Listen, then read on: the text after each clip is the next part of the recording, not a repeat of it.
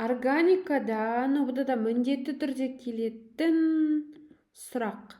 Бізге мынандай тізбек берілген екен. 3 тізбек. Осы жердегі X, Y, Z заттарын табу керек. Енді қараңыздар. Мына кальций карбидіне сіздерде суды қосқан кезде X зат алынған.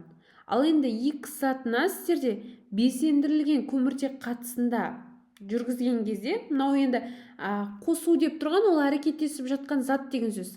Ал мына жерде қосу болмайтын болса, онда катализатор деген сөз. Сонда бізде бұл катализатор арқылы Y затын алған екен. Y затына сіздерде мынаны қосып, мына катализатордың қатысында Z затын алған екен.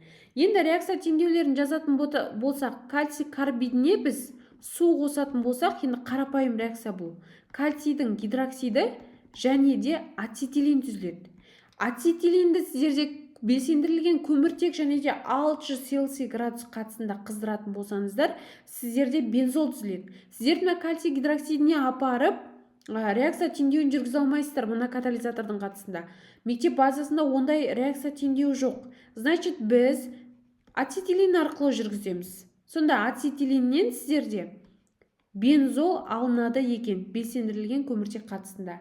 Енді бензолдың сіздерде циклдеу реакциясы бар. 10 кластың 2 бөлімінде. Яғни, мына С3H7 хлорды қосатын болсақ, бензолды циклдеу реакциясында бізде С6H5 С3H7 деген өнім түзіледі екен. Сонымен қатар H хлор. Мына зат сіздерде изопропил бензол деп аталынады, немесе қосымша атауы бізде кумол. Яғни бізде А варианты дұрыс нұсқа. Сонымен қатар бізде бензол түзілді. Одан кейін, яғни ацетилин. Дұрыс жауаптар осы. Егер де бұндай сұрақтарды шешуден қиналатын болсаң, алдағы уақытта болатын интенсив курсқа жазыл, органикадан ғана болады. 877 547 92 15 WhatsApp нөміріне жаза ғой.